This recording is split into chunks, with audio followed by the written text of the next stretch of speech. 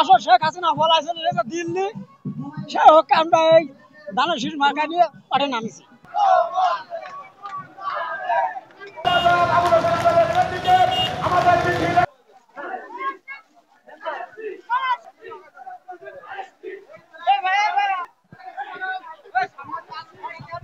ঐক্যবদ্ধ আন্দোলনের ফসল শেখ হাসিনার পলায়নের পর আজকে বর্ষপূর্তি উপলক্ষে কেশবপুরের মানুষ জেগে উঠেছে।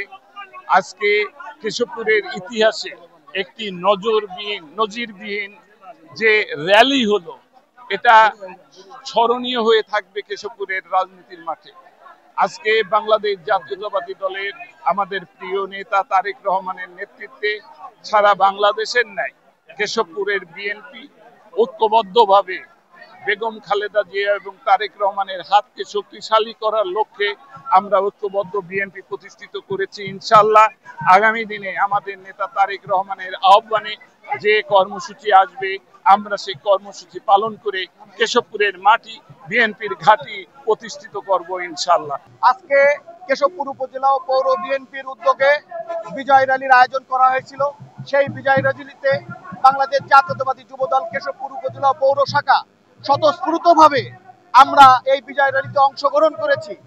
আমি আমার প্রান্তীয় সংগঠন বাংলাদেশ জাতীয়তাবাদী যুবদল কেশবপুর উপজেলা শাখার পক্ষ থেকে আমি আমার 11টি ইউনিয়ন ও পৌরসভার 9টি ওয়ার্ডের যুবদলের নেতা কর্মীদেরকে অভিনন্দন জানাচ্ছি।